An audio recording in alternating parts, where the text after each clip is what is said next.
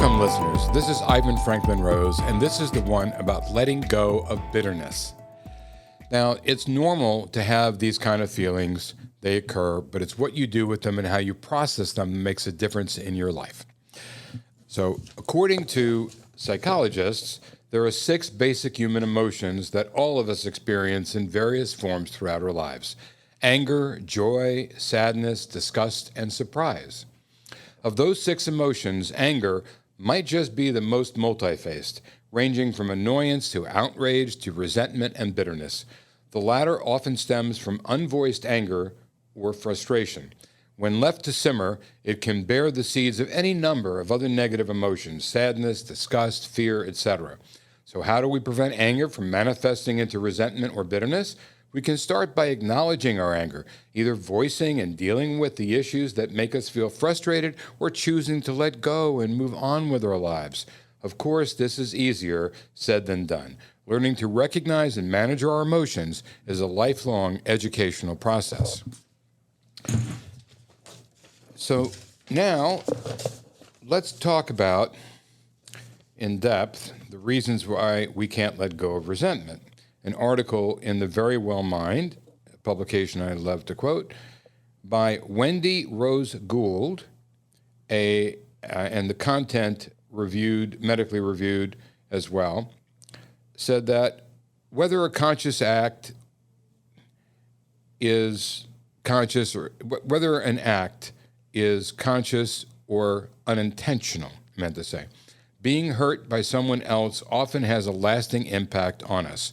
It ignites a fury of emotions: anger, sadness, frustration, confusion, and indignation, floods our minds, and can leave us with a lingering sense of deep injustice. For some, these feelings can swirl and fester in our minds, leading to ongoing resentment toward the situation or the offender. With resentment, we often hold ill will towards someone or something that is the cause of past injustices, real or perceived, and the old feelings of anger connected to them, explains Rachel Fleischman, a licensed clinical social worker, founder of Bliss Counseling. This gets sticky. People get very attached to their resentments because they are based in a deep sense of being wronged. The problem with resentment is that it's something we hold within ourselves. In that sense, it often ends up impacting us more than it does the offender. Ahead, we're covering the common reasons why you can't let go of resentment and how this can impact you over long term, and effective ways to process and assuage this complicated emotion. So let's cover 5 reasons why you can't let go of resentment. One is you feel like there's no closure or resolution. When a situation feels like it's been left open-ended, it's difficult to move forward. It's human nature to desire a sense of closure before we can let go of any negative feelings. We may be waiting for the other person to notice or say something, says Sarah Baroud, also a licensed certified social worker. She adds, if I'm feeling resentful, it makes sense that I would want the person I resent to take action to fix it or apologize. A simple acknowledgement or wrongdoing by the other might be enough. An acknowledgement of wrongdoing by the other might be enough to allow you to release resentment. Right, next, she talks about confronting the issue head on if it's overwhelming. One reason you may experience a lack of resolution is that it feels easier to sit in your resentment than to do the work required to confront the situation and mend the relationship. In this case, Baroud says, we often end up gripped by resentment and ending up pointing a finger at the other person indefinitely versus taking any helpful steps forward. A pointed finger without any conversation leaves us stagnated and bitter. In the event that you don't want to continue the relationship, it's still important to confront the issue within yourself and find inner peace. Letting go makes you feel like you've lost. Your resentment may be caused by a feeling like the other person still needs to pay or be punished for what they've done. Baroud says, letting go of resentment may feel like you're surrendering, like you're letting the person off the hook. That may feel like you lost some battle. Fleischman adds that letting go might feel like an admission that your emotional investment in this long-held anger was futile or a waste of time. Remind yourself that letting go of bitter anger or frustration doesn't allow the other person to win, nor does it imply you've lost. Letting go allows you to finally move forward with your life without an ever-present nagging stronghold. Next, holding on to resentment provides power and control. Might be a reason why you don't want to let go. Gripping steadfastly onto resentment can provide a false and painful sense of power or control over the situation or person. You may feel you are maintaining a psychological advantage or maybe even protecting yourself from further harm. Fleischman says, releasing resentment might be seen as releasing control. Often, though, the best way to grow, find resolve, and experience inner peace is to embrace vulnerability. Sometimes resentment serves as a coping mechanism, which is the next item. Similarly, holding on to resentment might also serve as a subconscious protective mechanism you put in place in order to shield yourself from future hurt. For example, if you are in a relationship with a person that cheats on you, holding on to resentment can provide a defense mechanism to prevent you from moving forward, finding another relationship, and perhaps getting hurt again, says Amy Robbins, Psych D Director of Mental Health at BN Chicago. Often, we must dig a little deeper in order to better understand why we can't let go of these difficult feelings. Let's look at how resentment impacts your well-being. There's an old adage regarding resentment, says Fleischman, that goes something like, holding on to resentment is like drinking rat poison and waiting for the rat to die. This bitter, lingering feeling often ends up negatively impacting us by causing us to retreat inward, focus on the negative, and sour our relationships. Resentment can often push other people away, warns Dr. Robbins. If you are someone who is always feeling angry, bitter, and wronged, you are sharing that with other people, that over time, those people are not going to want to be around you. Like any difficult emotion, research shows that holding on to resentment can cause stress into the body. A 2018 study that appeared in Health Psychology found that adults who held on to anger and hostility over the course of a decade experienced greater cognitive decline than those who were more apt to forgive. And you can understand this. This makes sense. It's how your body reacts when you forgive versus how it acts when you have anger. Another study asked participants to think of a conflict in which they didn't forgive someone while completing a physical test. They did worse compared to their peers who thought of a time when they forgave another person. The grudge holders were also likely to think a hill looked steeper than the forgiving group, indicating a more pessimistic mindset. So is the goal really to feel no resentment at all? As you walk through life, it's completely normal and okay to experience a variety of emotions. Issues arise when you're unable to move through those emotions and they end up causing harm. The goal is never not to feel, but rather to recognize the feeling and try to understand what is at the root of it, says Dr. Robbins. Why are you unable to let go of the anger? Why is this certain situation do you feel wronged in this particular case? And what is the history of that feeling for you that can begin to give you some insight into the resentment? Daniel Rinaldi, therapist and life coach, says that a realistic goal is to acknowledge the resentment and work toward processing it in a constructive way. You may not do it perfectly, and resentment may rear its head every once in a while, but striving to let go and find peace will serve you and your relationships well. So let's look at strategies to help you begin letting go of resentment. Here are some ways you can slowly work through resentment and find a greater sense of inner peace. Understanding the source. Identifying the reasons you're holding on to resentment can help you confront and work through those feelings. For example, if it's a form of self-protection, you might be able to address how to feel vulnerable again and let your guard down more easily. If it's because you don't want to lose, then it pushes you towards seeing how you can win by letting go. Examine your expectations is next. The best way to eliminate resentment is not to set yourself up for it. If there's a hint of what's in it for me, chances are that you're headed for some resentment, Fleischman says. Also consider realistically the other person can do what the other person can do in order for you to let go. Is an apology enough? Why or why not? And lastly here, practicing gratitude. We've talked about this in other podcasts, but being grateful sounds easy enough, but it requires work. This might look like examining ways the offender has positively impacted your life versus just holding on to their offense. Practicing gratitude might also look like taking stock of the wonderful things in your life and how they ultimately outshine a negative experience. So the next thing I'd like to go into is to take that a step further and talk about grudges. We mentioned a little bit about how resentment can turn into a grudge. This is also from the Very Well Mind, an article by Sarah Van Buskirk, if I pronounce it correctly. Holding a grudge is when you harbor anger, bitterness, resentment, and other negative feelings long after someone has done something and they've hurt you, but time has passed. And usually it's a response to something that's already occurred.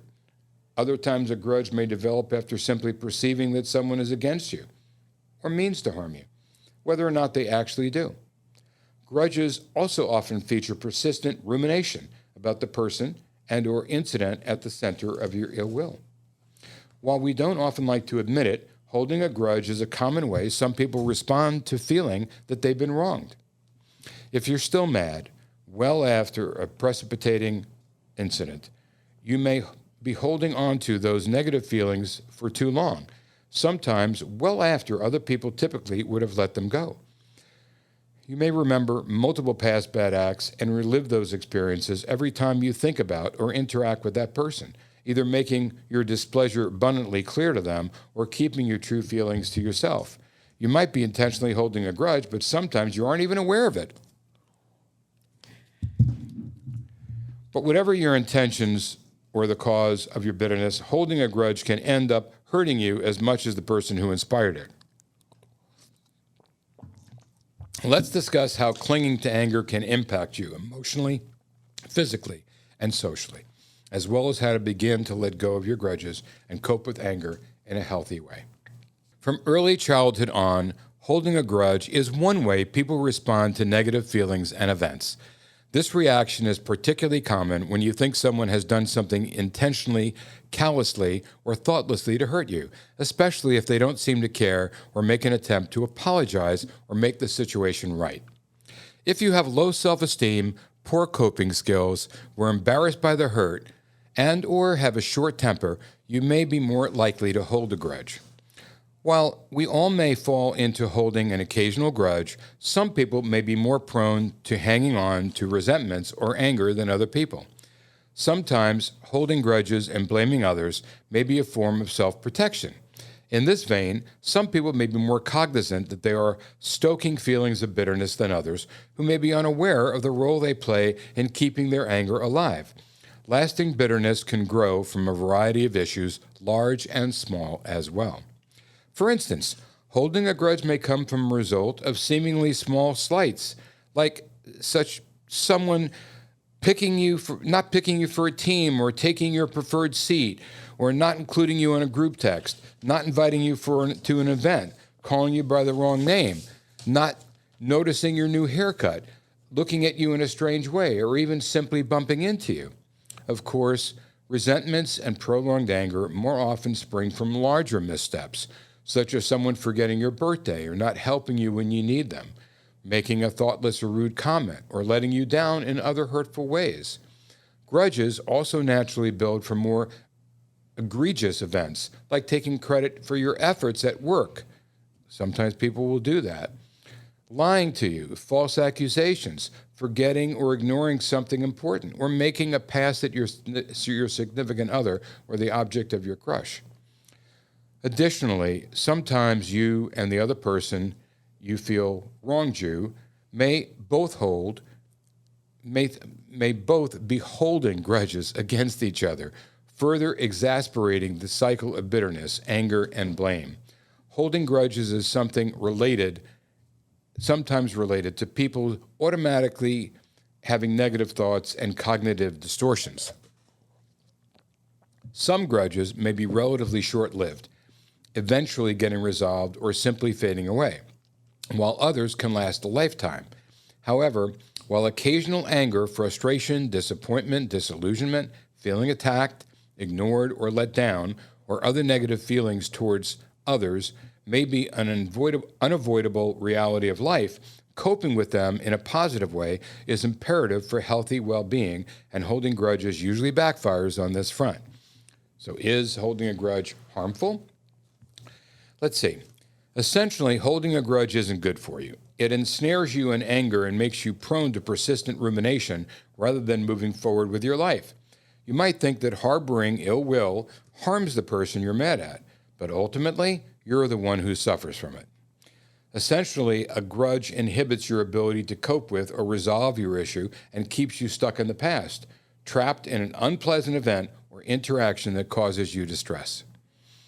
The grudge doesn't solve your problem and is highly unlikely, to make you feel any better. While it is certainly unhealthy to not feel or fully process and accept your feelings, research shows that fixating on negative emotions rather than resolving them is also harmful and can even make for an unpleasant demeanor and substantially erode your well-being. Consider the phrase holding a grudge comes from the old French word groucher, which means to grumble, and is related to the English word grouch. Related older English and German words have similar meanings and translate into to complain, to wail, to grumble, and to cry out. Clearly, holding a grudge can be detrimental and painful for the person holding it, like the hurt that inspired it. Grudge holding can adversely impact your mental health in a variety of ways. Most importantly, harboring anger will, generally, just make you feel angrier. Instead of accepting and moving on from a negative experience or finding an acceptable resolution, holding on can trap you in a loop of resentment, bitterness, hopelessness, emptiness, or enragement. Simply put, harboring negative feelings naturally makes you feel more exposed to these more unpleasant emotions and thoughts, which can skew your mindset towards negativity, either slowly or in a swift shift. And a focus on negativity can dampen your overall well-being. Refer to my podcast on negative self-talk and you'll see. Reliving the negative thought and incident and emotions over and over again can be upsetting, draining, and frustrating, as nothing gets resolved or changes, except perhaps that you end up feeling more enraged or hurt. In fact, studies show that ruminating about an unpleasant event makes it feel like the incident happened much more recently, despite the passage of time. Additionally, if you ultimately exaggerate the experience or issue in your mind, which is fairly common, the act of holding the grudge may even become more painful than the event itself. And sadly, this is self-inflicted wound that will likely just make you feel worse. Built-up resentment and uncensored internal fury create the potential for adding stress, worry, defensiveness, aggression, and negativity, which can also increase your propensity for mental health concerns such as anxiety, aggressive behavior, depression, emotional dysregulation, other mood disorders, self-harm, or even suicidal ideation. Researchers have shown that unhealthy emotional regulation, blaming others, suppressing emotions, and holding on to these negative feelings all beget more negative feelings. Forgiveness and acceptance, on the other hand, often lead to a more emotionally stable mindset, less stress, and healthier well-being. Additionally, holding on to anger makes you feel more likely to fixate on revenge, including acts of aggression. Plus, living under stress leads to burnout, so you don't want that. Let's look at the physical health effects. Studies show that holding on to anger rather than responding with forgiveness and or moving on can have profound negative physical health effects as well, likely due to the added stress harboring grudges create. Chronic stress can cause a range of adverse health effects in the body, including your cardiovascular health, digestion, reproduction, sleep, and the immune system. Headaches, insomnia, upset stomachs, heart disease, and asthma are also known to occur more commonly in those living under high levels of stress, particularly for those that don't respond well to change or difficult situations. Finding productive ways to release anger, frustration, and other forms of stress, such as letting go of grudges, may mitigate these symptoms. Excess anger has also been shown to adversely impact cognition and executive function.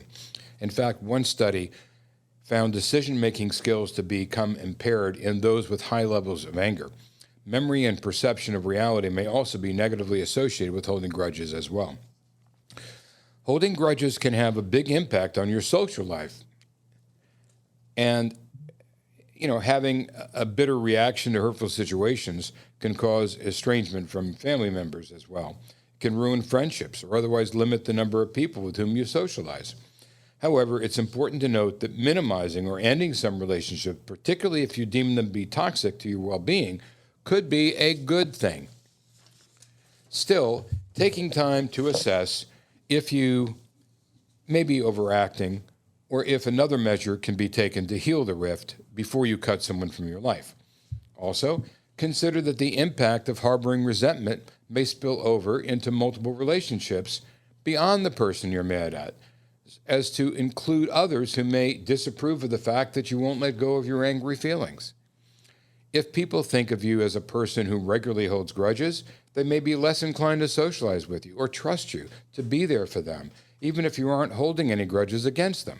Additionally, you may lose perspective about other aspects of your relationship with the person or people whom you feel wronged you. For example, if you're ultra-focused on the fact that your friend canceled your plans at the last minute, you may forget that they are usually very reliable. Fail to empathize that they got overwhelmed at work, or not recall that you recently canceled on them as well. Or you might miss that while your friend may occasionally be late or fail to show up, this issue has nothing to do with you, and that you don't really want being mad about this unfortunate situation to derail your entire friendship. Additionally, if your partner did something truly hurtful, consider that only in forgiving them can you heal the relationship, assuming that's what you want to do. Also, if you have children, understand that you're modeling this behavior. This is very important. Routinely holding on to bitterness rather than processing negative feelings through forgiveness, acceptance, grieving, conflict resolution, or other healthier methods of coping teaches your kids to do the same. You're their role model. So they will emulate you, and you want to make sure they don't emulate these bad traits. Strangely enough, there may be some positive possible benefits. While it's clear that routinely harboring grudges has its pitfalls, it's important to look at any possible benefits that might come up with keeping these negative feelings around. Well, firstly, as noted above, it's not ideal to just brush off your feelings or bury them, so in some situations, it might be preferable to hold on to a grudge rather than completely avoid your feelings. For some people, holding a grudge may be the first step in accepting and acknowledging their feelings to themselves and to the person who they feel wronged them. While it's usually better to deal with your feelings outright and potentially to discuss the matter directly with the person who upset you, holding a grudge may be more likely to get the ball rolling on those fronts than entirely ignoring a situation or your emotional response altogether. If temporarily holding a grudge gets you to call someone on behavior that hurt you or otherwise rectify a distressing situation, then there may be some good in the practice. Often, people hold grudges when they feel someone has let them down.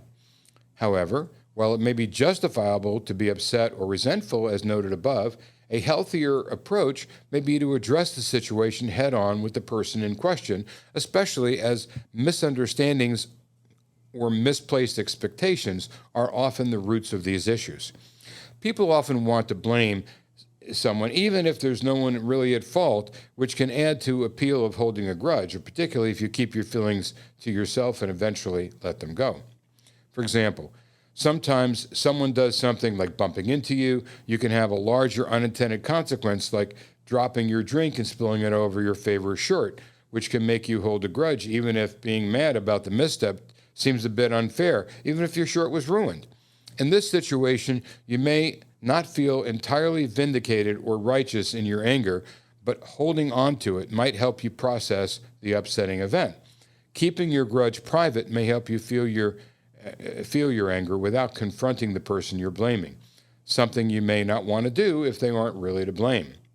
This may not be an optimal way to cope with discomforting situations, but may be preferable to overtly overreacting or accusing people of things they didn't do or didn't do on purpose.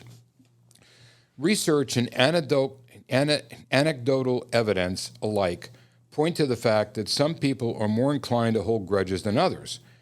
People prone to jealousy, sensitivity, immaturity, negativity, and impulse control may be more apt to hold grudges. Cultural, lifestyle, parenting, environmental, genetic, and other factors may contribute to an individual's personal propensity to harbor resentments as well.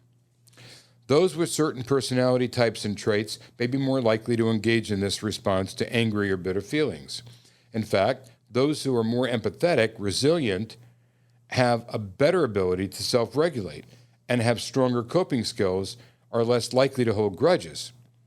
Interestingly, research has also shown that certain lifestyle habits, including regular exercise, can also make you more amenable to forgiving and flexibility.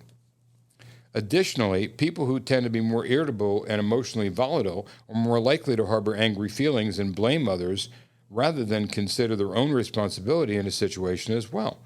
In fact, people with a variety of different mental health conditions like ADHD are more likely to exhibit behaviors rooted in anger and irritability. They may make more prone to hold grudges. Ultimately, some people may just be wired or work hard to rebound from hurts or deal with them directly, while others are more apt to become embittered. Some of this variance may be out of your control, but there are also strategies people can take to develop healthier anger management and coping mechanisms. Holding a grudge, look at health versus healthy coping. Let's look at that.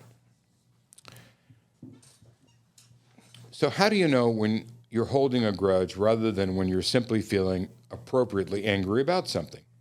The difference is that healthy anger typically dissipates with time and/or appropriate resolution, such as talking it out, getting an apology, resolving a misunderstanding, reaching acceptance, and/or ending the relationship. In contrast, holding a grudge entails the opposite, not letting go or accepting a resolution of any kind. Another strategy is to notice if you feel better or worse after thinking or talking about what happened. If it's the latter, then you might be processing your feelings in a better way, in a productive way.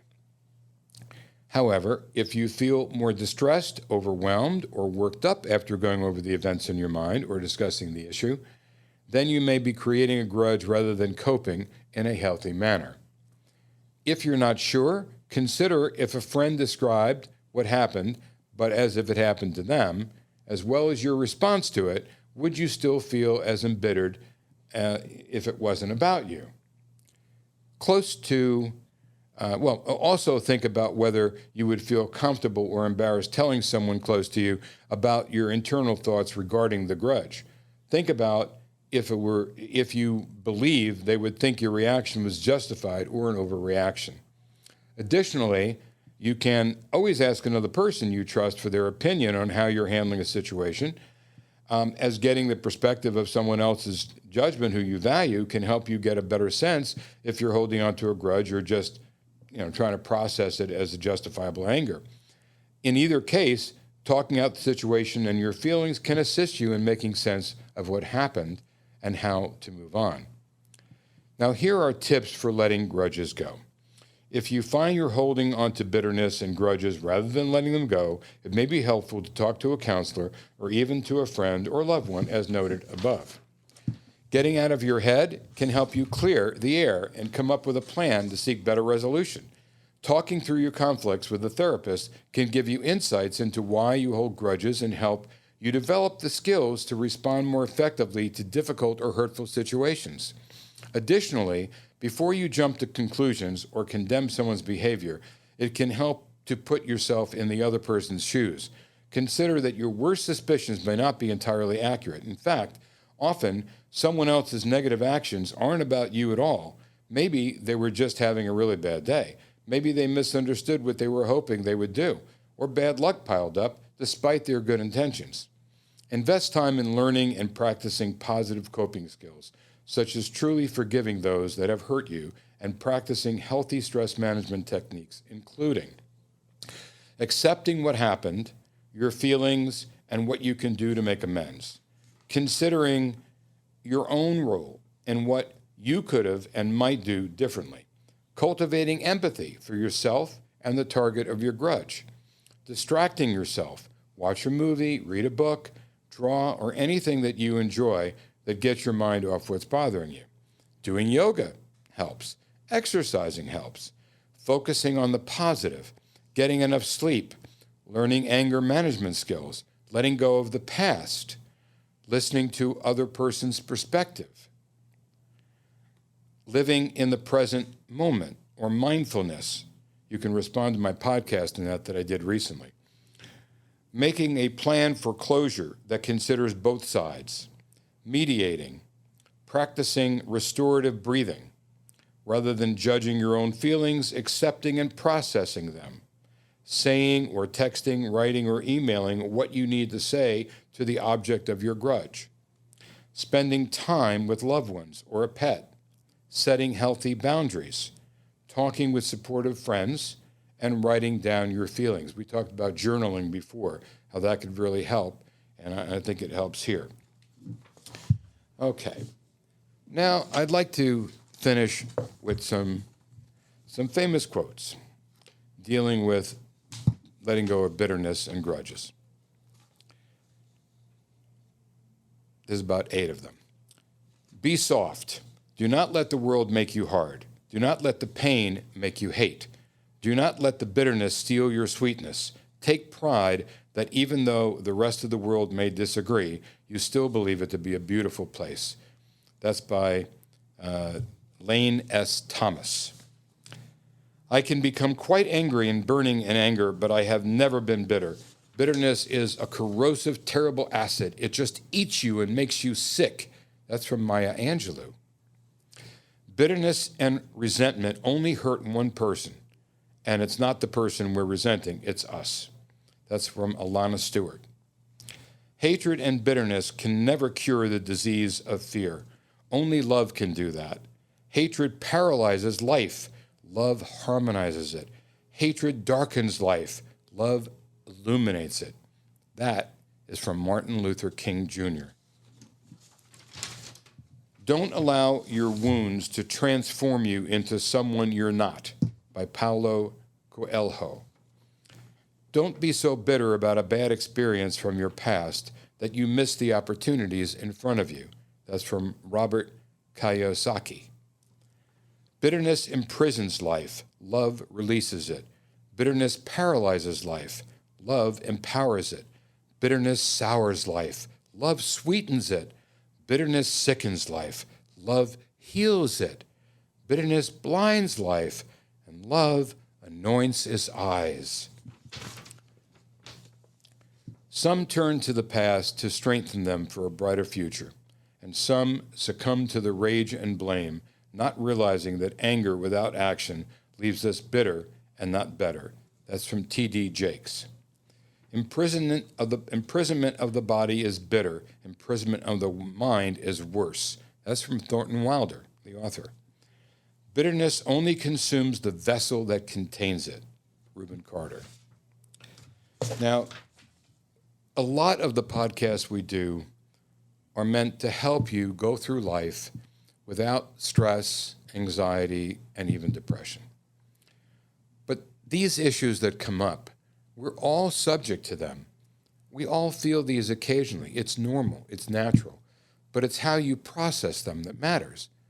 It's how you deal with them inside that determines whether it affects your health or determines whether you can get through it and not hurt yourself in the process and heal yourself in the process and be healthy.